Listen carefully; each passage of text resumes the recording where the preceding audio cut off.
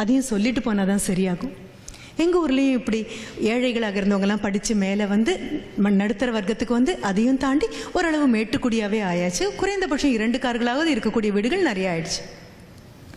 நாங்கள் பண்ண ஒரு பெரிய தப்பு இருக்குது. எங்கள் அம்மா அப்பா தடம் புரளாத இடங்களில் நாங்கள் தடம் புரண்டுட்டோம். குழந்தைகளுக்கு அன்பு நினச்சிட்டு செல்லம் கொடுக்க ஆரம்பிச்சிட்டோம். நீங்களும் அதே தான் பண்ணிகிட்ருப்பீங்க. Unfortunately love is different from pampering. நமக்கு அடையாளம் தெரியலைங்கிறது மட்டும்தான் சத்தியம். அன்பு கண்டிக்கும், அன்பு கண்ணு பார்த்து தப்புன்னு சொல்லும். அன்புக்கு கசப்பு தெரியாது, காழ்ப்பு தெரியாது. அன்பு அரவணைக்கும், அன்பு குளிர்காய அனுமதிக்கும், அன்பு சுடும், அன்பு இதமாக இருக்கும். செல்லத்துக்கு இது எதுவுமே தெரியாது. செல்லம் பயப்படும், செல்லம் கோழைத்தனமானது. குழந்தைக்கு வேணுமோ வேண்டாமோ கொடுத்துக்கிட்டே இருக்கும். கேட்காததெல்லாம் கொடுக்கும், லஞ்சமாக கொடுக்கும். லஞ்சமாக கொடுக்கறதெல்லாம் அன்புன்னு ஒரு பேரும் பண்ணும். குழந்தை ஒரு தடவை சீறினா ஆடி போயிடும் இந்த செல்லம். எனக்கு தெரிந்த எத்தனையோ பெற்றோர்கள் குழந்தைங்களை கடுமையாக திட்டுறதுக்கு பயப்படுறாங்க. நம்ம ஏதாவது சொல்லி குழந்தைங்க ஏதாவது பண்ணிடுச்சுன்னா நான் மறுபடியும் கூப்பிட்டு கேட்பேன், அது என்னங்க நீங்கள் ஏதாவது சொல்கிறது, குழந்தைங்க ஏதாவது பண்ணுறது? ஏன் அந்த குழந்தையுடைய அறையில் இருக்கக்கூடிய டவர் போல்ட்டை கூட கழட்டி வச்சு அப்பா அம்மா இருக்காங்க. அது ஏதாவது பண்ணிடுச்சுன்னா என்ன பண்ணுறது? எங்கள் அப்பா அம்மாவுக்கு அந்த பயம் வந்ததே கிடையாது. என் தாத்தா பாட்டிக்கு சுத்தமாக அந்த பயமே கிடையாது.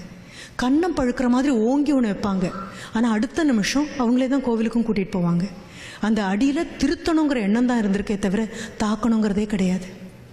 ஆனால் இப்போது பயந்து பயந்து பயந்து வாழக்கூடிய ஒரு தாய் தகப்பனாக மாறியாச்சு. குழந்தைங்களை கண்டிக்கக்கூடாது, குழந்தைங்களை எதுவும் சொல்லக்கூடாது. Please try to understand. கோழி மிதித்து குஞ்சு முடமாகாது. அப்பா அம்மாவும் ஆசிரியரும் கண்டித்து இதுவரைக்கும் கெட்டுப்போன குழந்தைங்க கிடையாது கிடையாது. கண்டிப்புக்கும் கடுமைக்கும் வித்தியாசம் தெரியாமல் போகும்போது வேணால் சின்ன சிராய்ப்புகள் ஏற்படலாம். கண்டிப்பு ரொம்ப ஆரோக்கியமானது. அப்படி இருக்கும் பட்சத்தில் அப்பா மகனை கண்டித்தால், உங்கள் ஊர்லேயும் அதெல்லாம் இருக்குதுன்னு நினைக்கிறேன், எங்கள் ஊரில் இன்னும் மிச்சம் இருக்குது. அப்பா மகனை கண்டிச்சா தயவு செஞ்சு அம்மா குறுக்க பாயாமல் இருங்க.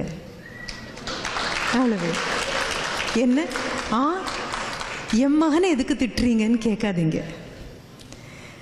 ஒரு 35 வயதான ஆண் 13 வயதான ஒரு ஆணை திருத்தும் போது ஒரே ஒரு எண்ணம் தான் மனசில் இருக்குது. அந்த வழியில் பூரா குழி இருக்குது, பள்ளம் இருக்குது, மேடு இருக்குது, தடுக்கும், ஜாகிரதை. அதுதான். அப்படி ஓடி வந்து அம்மா அப்பா என்னை திட்டுறாரு அப்படின்னா நானே திட்டணும்னு நினச்சேன், உங்கள் அப்பாவா திட்டுறாரு வாங்கிக்கோ அப்படின்னு சொல்லுங்கள். அதே மாதிரி அம்மா மகளை கண்டிக்கும் போது I request all the fathers, the darling fathers, குறுக்க பாயாதீங்க ப்ளீஸ்.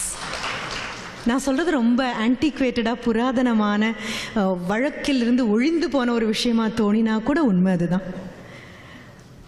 அம்மா திட்டும்போது அப்பா குறுக்க வராதிங்க. என் பொண்ணை எப்பப்பா திட்டிகிட்டே இருக்காதேம்மா அப்படின்னு சொல்லாதீங்க. அம்மா இந்த உடை சரியில்லைன்னு சொல்லும் பொழுதோ, இந்த நடத்தை சரியில்லைன்னு சொல்லும் பொழுதோ, இந்த கோபம் சரியில்லைன்னு அம்மா சொல்லும் பொழுதோ, வாழ்க்கையில் இருந்து வெளியில் வந்த ஒரு பெண்மணி, அவளுக்கு தெரியும் எங்கே பள்ளம் உண்டு, எங்கே மேடு உண்டு, எங்கே சிராய்க்கும், எங்கே விழும் அப்படின்னு. அம்மா கண்டித்து வளர்த்த பெண் கண்டிப்பாக மோசம் போனதில்லை, அப்பா கண்டித்து வளர்த்த ஆண் கண்டிப்பாக மோசம் போனதில்லை. கணவன் மனைவிக்கு இடையில இருக்கக்கூடிய பிரச்சனையை அப்பா அம்மாவுக்கு நடுவில் தயவு செஞ்சு கொண்டு வந்துடாதீங்க. நமக்கு 2 பேருக்கும் கோவம்னா உள்ளே போய் அடிச்சுக்கலாம். குழந்தைங்களுக்கு நடுவில் கொண்டு வந்துடாதீங்க. கண்டித்து வளர்க்குறது ரொம்ப அழகான விஷயம்.